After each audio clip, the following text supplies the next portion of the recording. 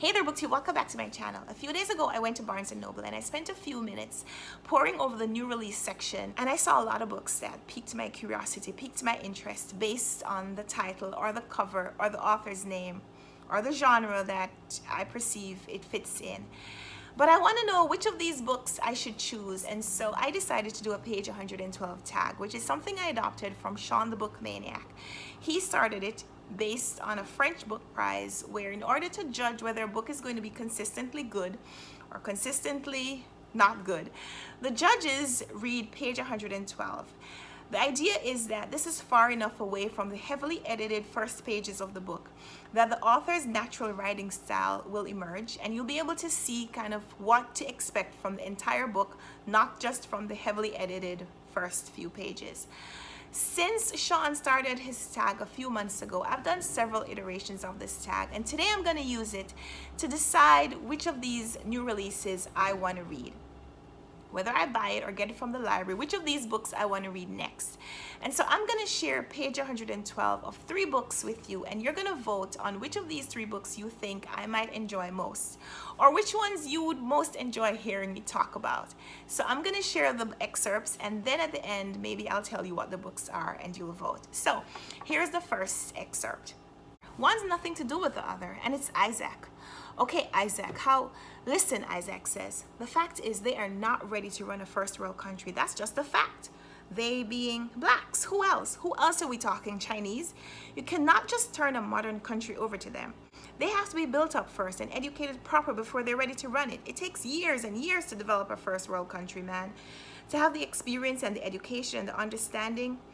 Now, if the stuffing gnats had spent the last 50 years bringing the African up, developing and educating them, then maybe it would be time already, and I'll be agreeing with you on a vote for blacks also. But the Nats did the opposite and tried to stamp them down. When the Nats came in 48, there were already some blacks on the voters' roll, you know that? And coloreds also. You know what a colored is, I hope. It means mixed. Those ones with some education behind them. They could have kept building that up slowly, but no. Instead, they stripped them off and started with the bulldozers and the townships. They went all out for apartheid, and Baskap being the big boss dominating with the white foot always on the black neck. Man, they never invested in the country. They only invested in themselves. But you can't stamp down 25 million people forever. You can't. I don't understand you, says Annie. You're against the right and you're against the left. So what are you? We vote PFP, dear, Arlene says. Annie snorts, a rude sound that makes my eyebrows go up. Progressive Party, right? They're useless. Who told you that? Isaac snaps. I've read their platform. They want to make a few cosmetic tweaks here and there when it's the whole system needs to be wiped out. They're just a fig leaf.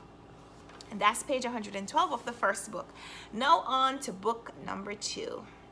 In the second book, page 112 starts in the middle of a sentence. I'm just going to start reading. It says, sunlight streaming down through the broad leaves and sparkling off the chrome frames. Django was beside the van, eating an ear of steamed yellow corn. I felt bad that we'd kept him waiting all this time.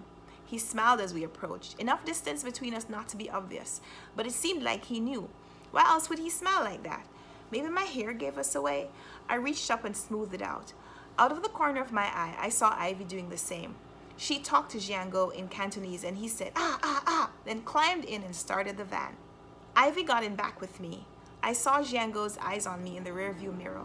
A hard, late afternoon rain came down, chattering against the van.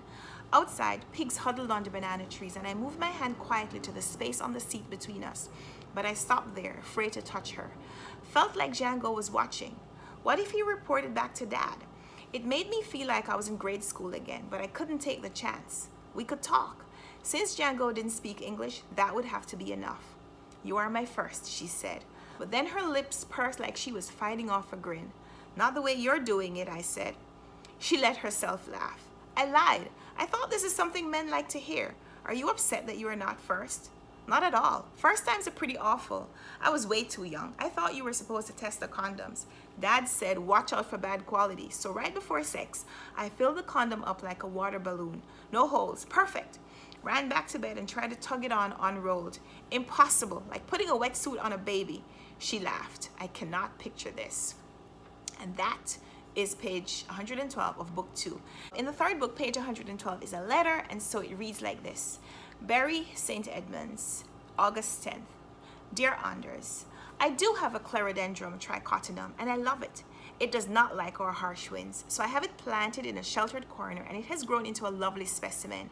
It is, as you say, a glorious thing with a wonderful scent. It is very late to break in the spring. The leaves are among the last in the garden to appear, and then they emerge slowly. So each year, I fear my plant has been killed by the frost. But it is just reluctant to put on a show too early, I think. It is saving its strength to deliver up this great rush of flowers, holding them up above the leaves as if it's offering you bouquet after bouquet. I know nothing about plant families, but I am not surprised this plant is hard to pin down to one family or another. It is an individual. Now I just want to say a word or two about music. We are different in this.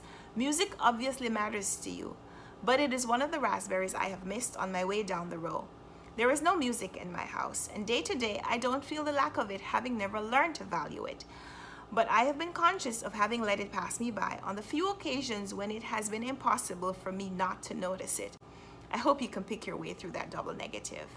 And that is the third, page 112. Those are the 3 new releases that I'm contemplating which of these 3 books I should read. So should I leave you in suspense? Should I just let you vote based on those page 112s? Or should I let you see what the books are? I think I'll tell you. The first is The Mandela Plot by Kenneth Bonnert. The second is The Emperor of Shoes by Spencer Weiss. And the third book, the one with the letters, is Meet Me at the Museum by Anne Youngson. Those are 3 new releases that are probably on the shelves in a bookstore close to you. So if you want to read one of them with me, vote for that book down below and maybe we can do a buddy read. Or just vote. Let me know which of these 3 books you think that I would enjoy reading or which ones you want to hear about. So we'll talk in the comments, and until next time, happy reading. Bye.